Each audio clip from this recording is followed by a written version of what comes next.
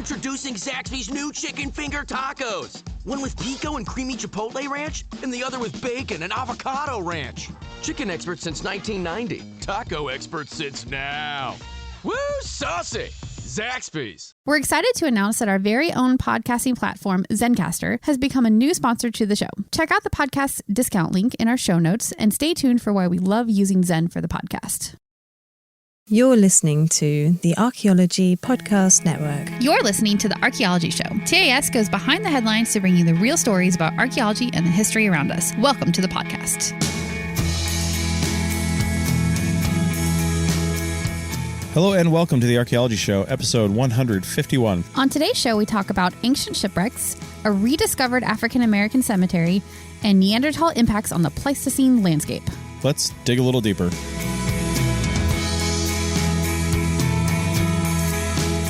Welcome to the show, everyone. How's it going? Pretty good. So, not that we re-record these like at the last minute or anything, but it is Christmas Eve, so for anyone that cares, Merry Christmas. Yes. Yeah, you know, when it's the holidays, sometimes time gets away from you. Plus, I've been sick all this week. I get sick like once every couple of years, I feel like really sick, and thought I had COVID Monday. Took an in-home test. I don't know how accurate those are with whole Omicron coming out, but I didn't really have COVID symptoms. Other side, some lung stuff going on, but yeah, that only lasted like a day, and now I just had like a cough and stuff for the week. So, yep. Anyway, wasn't really conducive to recording. No, definitely not. I bet your voice still sounds a little low. Different. Yeah. I'll be editing out coughs throughout this entire episode for your benefit. Yes, probably. Yeah. So we got 3 articles that have nothing to do with Christmas or the holidays. Nope. And in fact, we talked about it. There's so many articles out there that already basically summarize current thinking in archaeology and history around different aspects of, say, Christmas, this holiday season, that whole thing. Didn't really feel the need to, I guess, rehash that. No, and I think we mentioned in the last episode, there's like a lot of pseudoscience around it too, where like people supporting the Christian biblical version of events kind of, they bend the archaeology to their will and to show what they want. So we just don't even want to jump into that sphere at all. Instead, let's talk about shipwrecks. Yeah, totally. Shipwrecks are awesome. So, I mean, maybe they weren't awesome when they happened, but they're awesome now. Probably not. So we're going to talk about 2 shipwrecks that were reported in one article, basically, and they were found by the Marine Archaeology Unit of the Israel Antiquities Authority. And I mean, what was found, we'll just get that out of the way, hundreds of silver and bronze coins, silver and gold rings, rare gems, figurines, and bells. It's like a treasure trove. It's exactly what you think of when, like, you're watching a movie about a shipwreck discovery or something, right? Like, this is it. I know, pretty crazy. Yeah. So it was found off the coast of a place called Ceasarea. Basically, it looks like it literally translates to like Caesar's place. Yeah, I'm not really sure. Yeah, that's how it's spelled. Mm-hmm. The cool thing is these shipwrecks are basically right next to each other, but they went down over 1,000 years apart from each other. Yeah, so crazy. So they went down. One was 1,700 years ago during what they called the Roman period, and one was 600 years ago during the Mamluk period, which we'll talk about a little bit later. Mm-hmm. And they were found in a depth of only 13 feet. I know, isn't that crazy? But I was reading that it sounds like they might have been anchored there, like probably to wait out a storm or something, and the storm just sort of did them in, so it didn't work. They hoped, but it didn't work. And I guess this must have been a place that was sort of a safe harbor for lots of storms throughout the years, which is why you get such wildly different shipwrecks. Well, yeah, another thing that the article mentioned that said, sailors basically should know that if you anticipate a storm and you park in shallow water, like, you're going to get hammered. Right? Oh, really? You need to be in deeper water. Oh. Yeah, because your ship can ride the swells of deeper water, but the crashing waves and the potential for grounding is just terrible. So they're not really sure, why they would have chosen to park here knowing a storm was coming. Maybe it came too quickly or something. I don't know. Yeah. Maybe they were, being held for COVID-1 and they were just anchored out there and then a storm happened. Like quarantined or something. Yeah, they were quarantined. Yeah, maybe. Well, in the water today is 13 feet, but it might have been different at that time, correct? It could have been a little bit different. Probably not a whole lot. Okay. Yeah. Anyway, so the archaeologists were taking a look here, and I don't know what prompted them to go there. It was probably found, probably bits and pieces had been found. But the ships were there, and all their stuff was there. But aside from all the jewels and things like that, they also found some personal effects, and those included an inkwell, a bronze figurine in the form of an eagle, a figurine of a Roman pantomimus. Pantomimus? I don't really know. In a comic mask, numerous bronze bells, pottery vessels, dozens of large bronze nails, lead pipes from a bilge pump. That's super cool. Yeah. And a large iron anchor. So that's all really neat. Yeah, those are really unique things to find, I think, especially with the shipwreck. So that's cool that they found all that. Well, it's pretty clear that like things were not taken off the ship. Either people were just not on there and maybe there was a skeleton crew like on watch while it was sitting at anchor, or everybody just bailed and everything went with it. Yeah. You know, when they crashed down. But I'm like, if it's in such short water or shallow water, there would have been people that could easily go down 13 feet and start picking stuff up off the bottom. So like salvage after the... Yeah, I'm wondering why, with so many precious things on board, like, why didn't they go try to find it? I don't know. Well, but 13 feet, okay, so 600 years ago and 1700 years ago, 13 feet, like, you got to have an expert diver who can hold breath for a really long time. Yeah, that's par for the course of people that lived by the sea back then. I know, but I think that is kind of a big ask. They probably salvaged what they could, but, you know, they weren't able to get all of it. Yeah, probably. Yeah, who knows what else was there, right? Yeah. Some other cool things they found. There was a red gemstone for setting in what's called a gemma ring. The carving of the gemstone shows a lyre.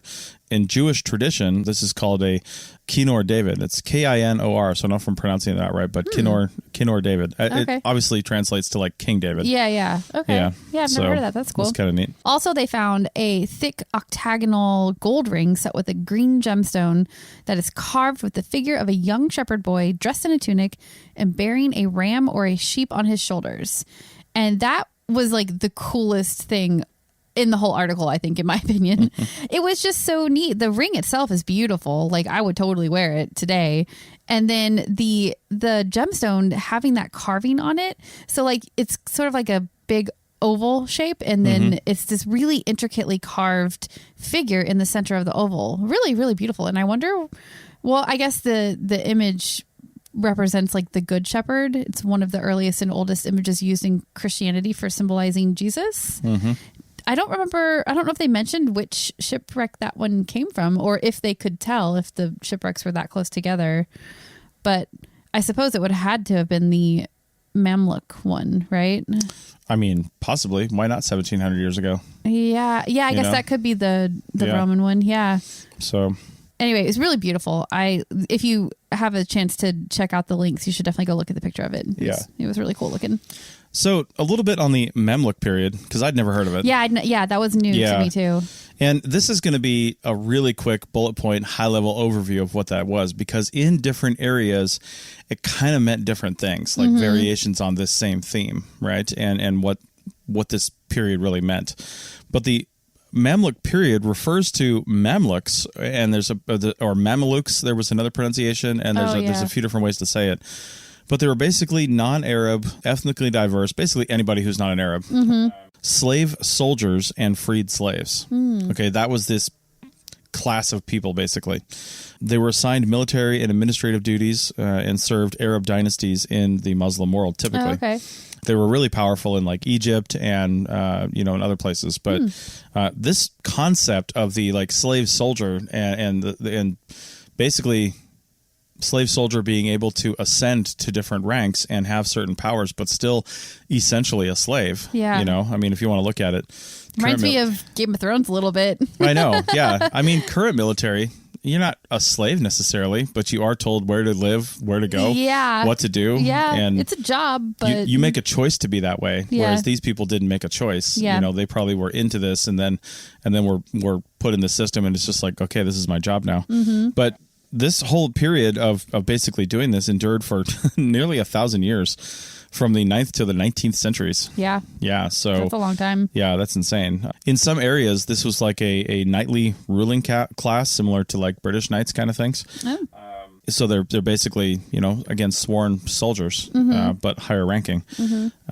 So that was in various Muslim societies. And some even attained the rank of sultan in the area. Sultan is kind of like a governor. Yeah, And there were other ranks too, like imam and others that are a little bit lower in the Muslim societies. But it's so crazy to me that they could attain these political and influential ranks, and yet they're still kind of basically slaves.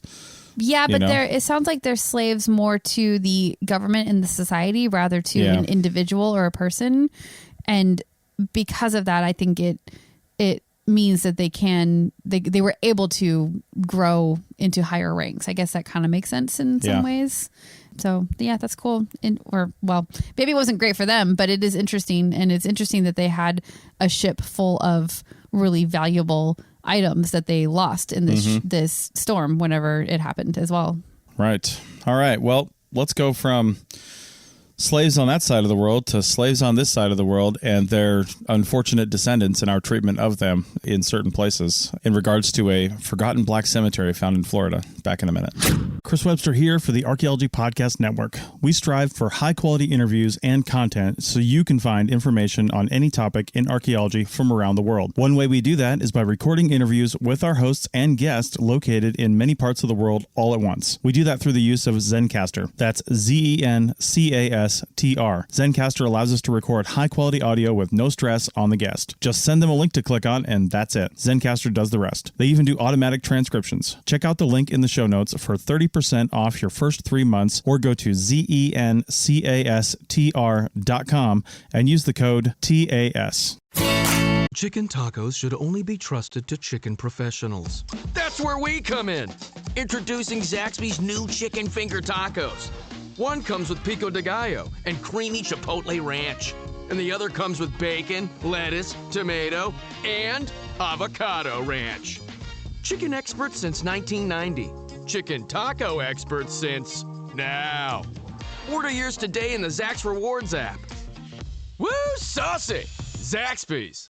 Back to school savings are officially in session at Tanger Outlets. Shop the latest school styles with an extra 25% off during Tanger Style, our biggest sale of the season, now through August 25th. Plan your trip at tanger.com. Welcome back to the Archaeology Show, episode 151, and we are talking about cemeteries. Yeah, I love cemeteries. Yeah, except for sad cemeteries. Yeah, I don't like when they're sad. I guess they're kind of sad depending on your perspective of the cemetery, but I do love a good amble through a old cemetery. But moving on. I don't amble enough. Yeah, I know. I don't know. That's what you do in cemeteries, though. Amble. Don't shake your head at me. Amble, what a dumb word. If you guys could only see how he's shaking his head at me. What a dumb word, amble. Makes no sense. Anyway, words lost all meaning. All right, so we're in Clearwater, Florida. This is in Tampa Bay. Tampa Bay is just a sprawling metropolis of a city followed by many, many, many small neighborhoods and cities around it and towns. And Clearwater is one of those. And at the site of a downtown office building, an unmarked African-American cemetery was found. Found or rediscovered, I would say, right? Well, I mean, it was found and rediscovered. People knew it was there, and they knew it was there not that long ago, too. Yeah, actually, that's the thing. There's not a lot of people that are alive right now that were really, truly aware of the cemetery. Obviously, there were people that were born around them. We're going to talk about one in a minute. But they were like young and didn't care about cemeteries, right? Yeah. So all the old people that did care about cemeteries and buried people there are long since gone. Right. So this is probably 2 generations removed, right? So you don't, maybe you don't know anybody buried there, but you know of somebody who knew somebody that was buried there, basically. I mean, we're in the time period where unless you have direct written evidence of it, like there's not very many people that actually were aware of and are like, hey, where's the cemetery? Yeah, you know? Totally. And there's some other shenanigans that happen too. So we'll talk about that in a minute. But this cemetery contains hundreds of graves, they think. It's actually not been completely excavated. Right. So, and it's at least the 4th abandoned African-American cemetery that's been rediscovered in recent years in Florida. So basically in Florida and probably other parts of the South and honestly the Eastern United States in the 1950s, the mid-1950s, the post-war era, it was a very prosperous time. People seem to have lots of money. They're making babies and they're, building boom. Having a good time. So there were a lot of people moving to Florida, a lot of people moving to the Tampa Bay area. It's a very sought after place for people to be because it's, right on the Gulf of Mexico. Yeah. It's got beautiful sandy beaches, and it's just a nice place to go. Yeah. So as they were needing space for white people to come down, they started moving black neighborhoods. And one of the things that would get moved in a black neighborhood is a black African-American cemetery. Well, a church, actually. The church would move. Yeah. And the cemetery wouldn't necessarily go with it. But they were building on that land. So what happens to the cemetery when you move the church? Yeah. It just gets paved over. Yeah, and there's records of the developer who originally developed in this spot having been told, hey, you got to move this cemetery. And they're like, yeah, okay, we'll get on that and we'll move the cemetery. You know, they were going to move the graves. And apparently some of them were moved, right? Some of them were moved. But then they just kept finding them. And I guess I get the impression the cemetery wasn't like super well organized to begin with. It was probably really old. Yeah. And, old cemeteries, it doesn't matter where they are or what's going on, unless they're like the Queen's Cemetery. It's just like there's sections of it that are super old and not probably in the best condition. Yeah, it kind of jumbled together. Yeah. So I have a little bit of experience working on like cemetery recovery, basically. I worked on this project in New Jersey where we were moving a cemetery from the 1800s, 17 and 1800s. And they knew it was there and it had been paved over, just like this situation. But it was in the early 2000s, of course, and they are subject to the laws that we have today that don't allow you to just ignore a cemetery that's under the ground. It forces you to excavate it and move it. And in this case, it had been paved over. And what they did when they paved it over is they just like bulldozed the headstones down too. And at one point in the excavation that I was a part of, they uncovered like a bulldozed pile of headstones from the 50s when they originally paved over that cemetery. Oh man. Like they were in terrible condition. They were in chunks and so like that's how they were treating it back in those times before they had laws that required them to treat these sort of resources in a certain way. Right. Yeah, it's pretty crazy. So whatever prompted this basically CRM project, I'm guessing some renovations were happening or something was happening. And archaeologists came in there and they first used ground penetrating radar to see what was under the ground. And that's how they started finding graves, right? They started finding a lot of graves. Yep. And archaeologists actually believe that several hundred people may still be buried there. And when I say there, it's a parking lot. Yeah. It's literally under the parking lot that they're finding these people with ground penetrating radar. GPR is really good at finding graves. They have really solid signature to them, especially graves that, to be honest, aren't that old. Now, one thing that surprises me is Florida is like pure sand, and sand is terrible at organics. Yeah. It's acidic and it just tears things apart. So I'm kind of surprised that even graves that are, the fresh ones that would have been put in the 50s before it was destroyed, those would have been the newest graves. I'm honestly surprised that some of the older ones even are represented in the GPR signature anymore. But it's probably the hardware and stuff on the caskets. That's what I was just going to say. I can call back to my New Jersey cemetery recovery experience again. And we would find what's called the coffin line. And you would get this dark outline like in the shape of a rectangular box. And you could follow that outline all the way around with your trowel. And then you would know that you had the boundary of the coffin and that there were probably remains of some sort inside. Yeah. But depending on the soil, it's very individual. Like the soil could be really great in one spot and have great preservation, and by great I mean less acidic probably, and then very acidic and very poor preservation in other areas, and you would just find like pieces of the larger, more dense bones like the skull and maybe sometimes pieces of the pelvis, and that was it. So like it really depended on the soil, but there were things that you could find. The coffin line was always there because wood just lasted a little bit better, and then the hardware of course too, you could often find that if there was any. Yeah, for sure. Well, the finding of these old cemeteries and neighborhoods and evidence of communities that are no longer there is forcing the communities that are there now to kind of come to terms with their, history of racist policies. Yeah. that targeted these neighborhoods. Yep, definitely. And, this kind of expansion that can largely be blamed on white people, to be honest. And I say white people, it's really I mean, it is a racist idea, but it is really the people in power at the time. Yeah. They happen to be white people. And before African Americans and during the African American, slave times and then post-slave era, it was African Americans and Native Americans. Like anybody that needed to be moved, they would just move, right? They're just like, listen, we're coming in, we're building a fancy resort, and you're getting out. Yeah. And that's just how it is. Yep. I would love to see an alternate timeline or maybe a futuristic timeline where, I mean, I hate to promote racism, but man, it would just be interesting to see from somebody's perspective if the tables turned in like 100 years or 200 years. I would like to think that we'd get beyond that kind of thing in 200 years. Yeah. But maybe we wouldn't. I know. I would hope that the damage done to the current minorities in this country would show that we shouldn't treat anybody that way. Yeah. But that's having a lot of hope in humanity. And yeah, it's Christmas Eve. I'm going to have hope, okay? Right. Yeah. Here's the hope.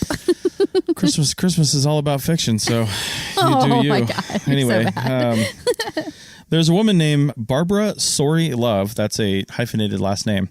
She's a Clearwater native. She was born in the basement of Clearwater's hospital. Of course, in the basement. She's African American. 69 years ago, she grew up in Clearwater Heights, which is a neighborhood that no longer exists. Mm-hmm. As she says back then, they were all called colored people still back in the 50s. And she's quoted as saying, that's where the colored mothers and children were housed. It was in Clearwater Heights. Clearwater Heights. Yeah. So we're housed too, like not like lived, but we're placed. Maybe it was like a public housing kind of a thing. I guess. Yeah. A few years ago, she helped form the Clearwater Heights Reunion Committee, a group of people that grew up in the neighborhood. And them and officials are basically trying to figure out what to do. I mean, to the credit of the people who live and govern the area now, they are concerned. They're like, okay, what do we do about this? We can't really tear down the office building and the parking lot. I mean, they could strip up the parking lot, but I mean, it's definitely some financial resources that have to be pulled together to be able to do this. But and realistically now, given the setting, it would be probably unlikely that the cemetery would be reestablished there. More likely they'd still have to remove the graves, rebury them somewhere else, and probably put up some kind of a memorial on the site that memorializes the people that are there. But that's the other problem is they don't even know who's there. Right. Like it's poorly documented. The church is gone. Yeah. I don't know where the church records are, but it's all, like what's going on. Yeah. So here's the thing about this situation. Having the original surface being either paved over or having a building built on top of it, it actually has preserved those graves way better than just having them under the ground exposed. They haven't been weathered? No, there's no weather. Yeah. I mean, pavement is a great protection. Yeah. Obviously, I am not a member of this Black community, and I don't know how they feel about it. However, from a preservation standpoint, leaving them right where they are and then putting up some kind of memorial so people know that they're there and why they're there and why this building company from the 50s chose to just not move the graves like they were supposed to. That's the real problem, and that should be addressed in some sort of memorial. And that brings up another person involved with this, Antoinette Jackson, who's an anthropologist from the University of South Florida. She helped create the Black Cemetery Network, which is a website and organization that is trying to help link African-American cemeteries that are being rediscovered with communities that they belonged to. Oh, yeah, right? And maybe records from churches and things so that you can know who's actually buried there. Yeah, they want to try to find images of people, stories about them, the people themselves, information about them in the communities that they lived in, and put them on the map. Basically, put them in the public domain. So when you're talking about putting up a memorial, I mean, you can say, here lies an African-American cemetery. We have no idea who's here. But it would be better to say, here lies an African-American cemetery, and here's all the names of the people that are there. Yeah, that would be amazing. When you put names and even faces and stuff like that and histories to people, it just, the more information you have, the more real it becomes for people in the area. Yeah, so, definitely. Also, it's kind of a good thing it's an office building because nobody wants to be living on a burial ground. I don't care who's buried there. People just get weird about that. I think that's awesome. I don't know, poltergeist. So Did you ever see Poltergeist? No. Oh, man. I don't like scary movies. I mean, it's not scary. And I don't believe in any of that nonsense either. Listen, so little girls and their demons screaming at you from the white noise on a TV. I'm not into that. Like in a suburban Phoenix, I think it was. No, There's nothing wrong with that. Not happening. I don't need that in my life. It's so bad. I think it was literally built on a Native American burial ground, and like that caused demons the movie? or something. Yeah, something like that. It was really terrible. Oh man, wouldn't that be fun to like deconstruct like old racist movies? Yes, from an anthropological perspective. Yeah, totally. Oh my gosh. All right, next on the APN. Oh my God. Right. Anyway, there's a bill in Congress right now. Again, there's a lot of stuff tied to this, but it's called it's a bill that's trying to create the African American Burial Grounds Network, and it would be under the direction of the National Park Service. And actually, twice now, this bill has gained support and gone through and tried to get signed. I honestly don't know like where it's at right now and how that's happening, but somebody affiliated with the congressperson that was trying to push this forward, because it has to be sponsored by I think 2 congresspersons. Right. And one of their aides reached out to a bunch of networks, and the Archaeology Podcast Network was one of them. And we are signatories to the bill in both ways. That's really awesome. Or we're sponsors. I don't know what we technically are, but we're supporting it. There's a supporting letter, yeah. And then there's logos and names of a bunch of organizations that are part of it. Like Society for American Archaeology is on there. You know, a bunch of places are on there. And then the APN logo is right on there too. So Yep. Yeah. That's cool. That's very cool. Yeah, so it sounds like it's gaining steam in a number of different areas, locally and nationally, which means, you know, the more visibility you have on that, the more something's likely to get done. Yeah, definitely. Yeah. All right. Well, we started with landscape modification in Tampa Bay. Let's see how Neanderthals modified their landscape in Germany a few years before that. Just a couple. Back in a minute. You may have heard my pitch for membership. It's a great idea and really helps out. However, you can also support us by picking up a fun t-shirt, sticker, or something from a large selection of items from our TeePublic store. Head over to ArchPodNet.com/shop for a link. That's ArchPodNet.com/shop to pick up some fun swag and support the show. Introducing Zaxby's new chicken finger tacos. One with pico and creamy chipotle ranch, and the other with bacon and avocado ranch. Chicken expert since 1990. Taco expert since now. Woo, saucy! Zaxby's. People are driven by the search for better. But when it comes to hiring, the best way to search for a candidate isn't to search at all. Don't search, match with Indeed. The hiring process can be slow and overwhelming. Simplify hiring with Indeed. Indeed is your matching and hiring platform. With over 350 million global monthly visitors according to Indeed data, and a matching engine that helps you find quality candidates fast.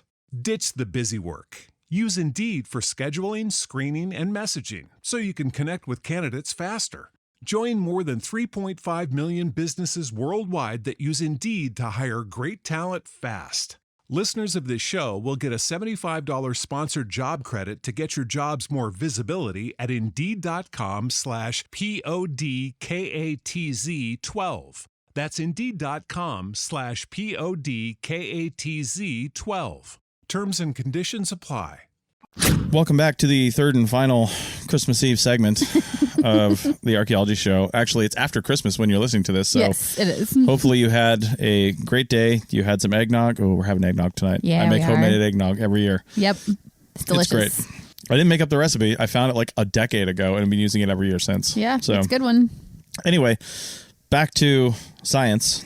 This article is not an article at all. Actually, there might be some articles about this if you can find them, but we're linking to the paper that is open access in Science Advances. Yeah. And I will tell you right now, it's meaty. There's a lot to this. It basically comes to essentially one conclusion, but they really lay out all the evidence towards it. And there is, I would tell you right now, go right to the bottom of the article before the references and download the supplemental information, which include a couple of the figures that are in here, but I think there's a figure or two that aren't in here, and then some tables as well that will help you, because actually some of the figures and stuff represent the information.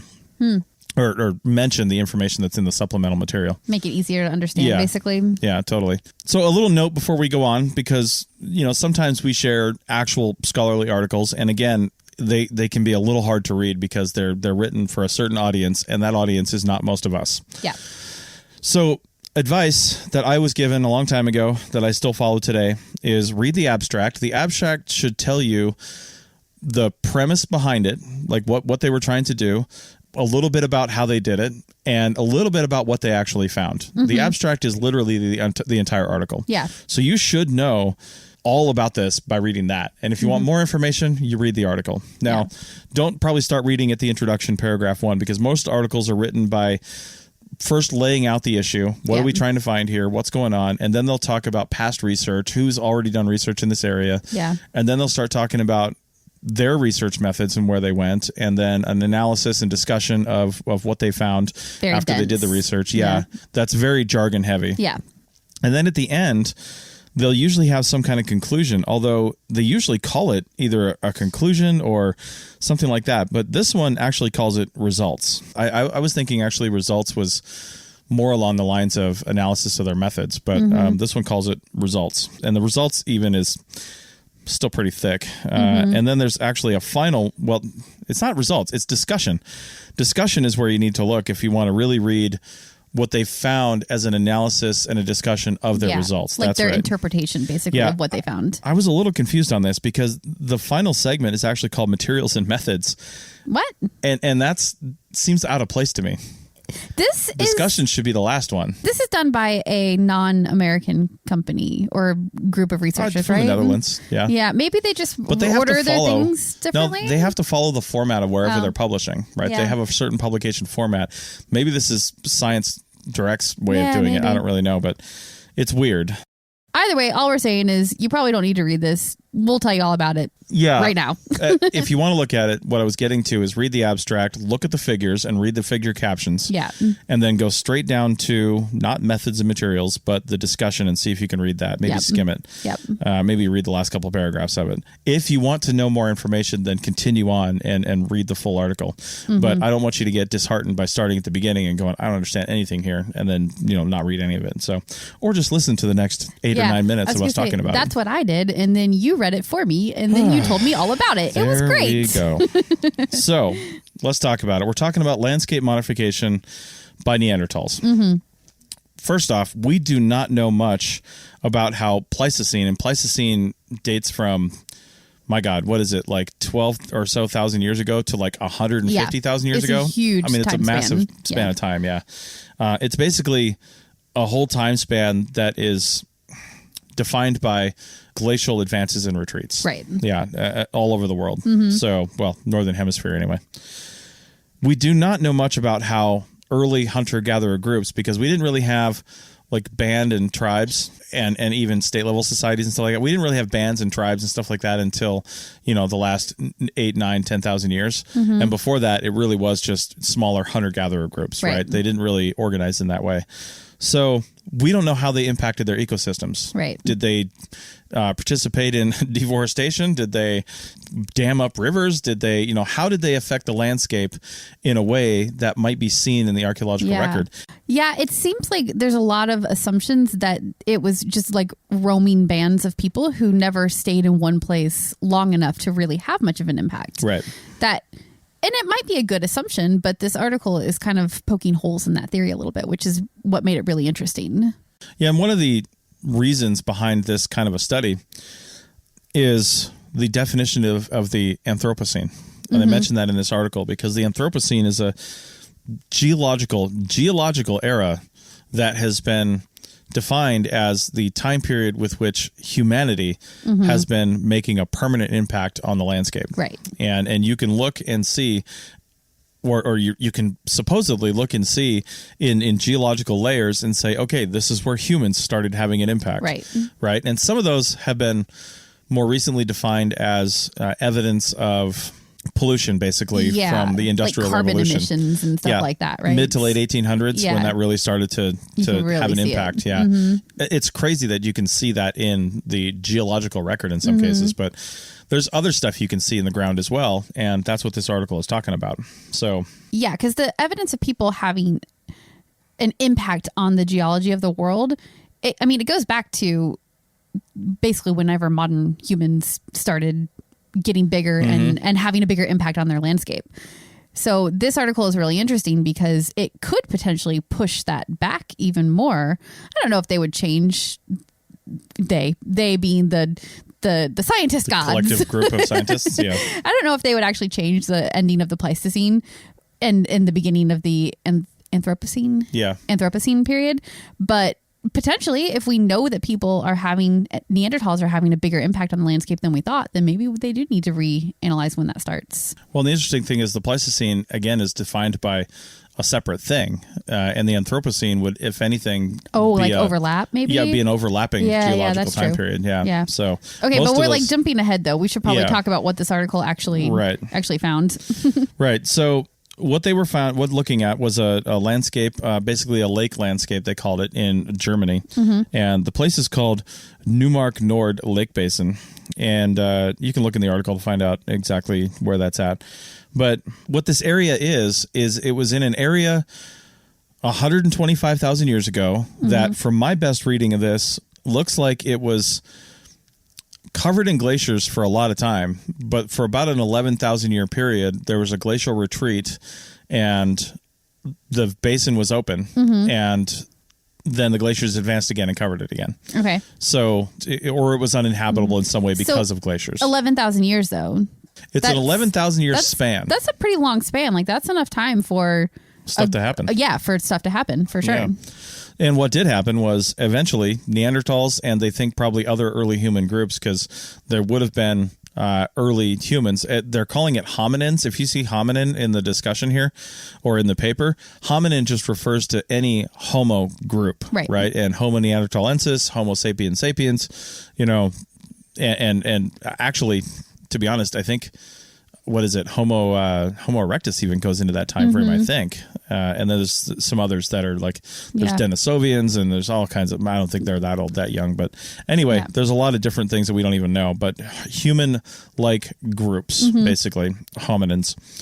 Anyway, they eventually came into the area. It was a very fertile area. All the glacial areas are, because there's a lot of sediment there, and it's just a really good place for things to grow, and animals would be flocking back to that area, therefore bringing people with them, right? Neanderthals or whatever. I'm just going to say people.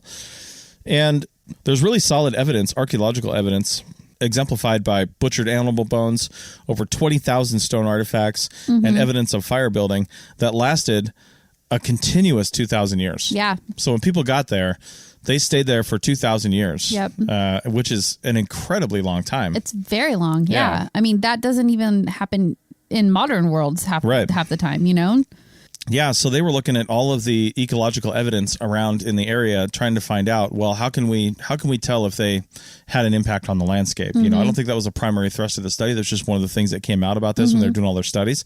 And one of the ways they were able to do this is by looking at ancient lake cores from the lake is there. And lake cores, well, the layers that you can see in a lake core are called varves. Okay. And it's VARVES. And varves are basically laid down seasonally when, rain basically has, and dust and normal things, has little particulates of, dirt, sand, sediment, sediment. And it lays on the surface of the lake and then falls down to the lake bottom. And there's a lot more of, including pollen, and there's a lot more of that, obviously, in the spring and summer than, say, the fall and the winter.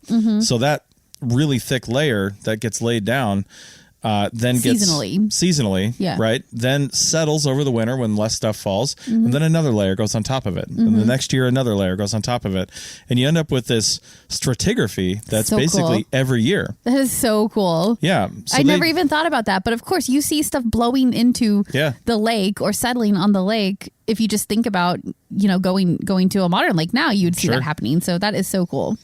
Yeah, so they took these layers of varves from these cores, and using various techniques, and they really go in depth with it in the paper, but using various techniques, they were able to line up these seasonal sequences with actual time periods and these pollen sequences, looking at different species of plants and trees, doing some actual dating and doing some stuff. They were able to line it up with the sequence of time that actually this fits. And then they started looking at the actual areas where humans were living right there and the areas outside of that. And by making a comparison in the trees and the pollen and the vegetation, they were able to pretty clearly state that A, humans were burning fires pretty much continuously that whole time, and B, to burn those fires, they cut down all the forests. Yeah. Yeah, so the whole place was basically deforested to a point that they could tell it was deforested because there was less pollen basically in those layers. Yeah. Okay, so here's my question. Is it possible that there were natural fires that were doing this and it wasn't human created? I would say yes, theoretically, but when you don't see that in the other 8 or 9,000 years, and you see it dramatically during a 2,000-year span, when you know humans were there, and you can correlate that with their tools and other identified artifacts, that's pretty clear that humans caused it. Yeah, that's a really good point. Yeah, so they take all these lines of evidence, and that's what real archaeology does, I think. Archaeology is just one facet of anthropology, and it's one part of the science that is really the digging and the finding of things, and then that synthesis, bringing it all together, and this multidisciplinary study is what really makes a good research paper and a good analysis. Because like we do archaeology, but we try to come up with all these, things, and we say this stuff on site records. But to be honest, there's so many more pieces to the puzzle that we just don't have. Yeah. And you need to bring in other people if you really want to tell a story. Yeah. Like if you're really trying to draw conclusions from an archaeological dig, you need so many more pieces of information to support the conclusion that you're getting to, the story that you're telling. And a lot of it is geological. I don't think archaeologists spend enough time on learning about the geology a lot of times. So yeah, but the geology and all that is so important, as this paper is showing, because I never would have even thought about looking at layers of pollen in a lake bed. That is so cool. Yeah, it's pretty neat. Yep. There's a lot of stuff they can tell by looking at the varves. The varves. Yeah, varves are my new favorite thing. I feel like that's like a punk band or something, the varves. The varves. Yes. Yeah, totally. Yeah, that's really neat. Anyway, super cool. Check out the paper. You might be able to search the headline of the paper and find some more popular articles that have been written about it that kind of do a more distilled synthesis of the research. Yeah. But a lot of cool things in there. So, well, I think that's it for this week and this year. This is our last episode of 2021. Oh my God, it totally is. Yeah, because our next episode, hopefully you're listening to us on a nice, calm Sunday morning, and your hangover should be mostly gone by then, because it's the 2nd. Because it's January 2nd. Yeah. So hopefully you're doing all right. You're starting 2022 off with the archaeology show and kicking it into high gear. Yep, definitely. All right. Well, hopefully you had a good Christmas if you celebrate that, or you just had a great Saturday if you don't. And we'll see you in 2022. Adios.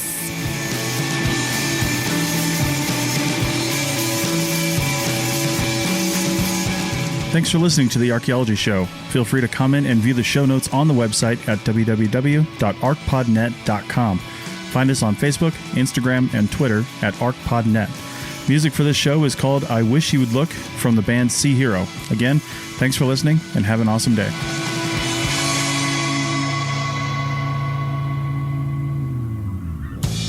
This episode was produced by Chris Webster from his RV traveling the United States, Tristan Boyle in Scotland, DigTech LLC, Cultural Media, and the Archaeology Podcast Network, and was edited by Chris Webster. This has been a presentation of the Archaeology Podcast Network. Visit us on the web for show notes and other podcasts at www.archpodnet.com. Contact us at chris@archaeologypodcastnetwork.com. Thanks again for listening to this episode and for supporting the Archaeology Podcast Network. If you want these shows to keep going, consider becoming a member for just $7.99 US a month.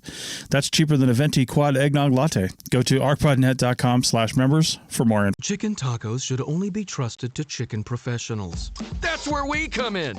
Introducing Zaxby's new chicken finger tacos. One comes with pico de gallo and creamy chipotle ranch. And the other comes with bacon, lettuce, tomato, and avocado ranch. Chicken experts since 1990. Chicken taco experts since now. Order yours today in the Zax Rewards app.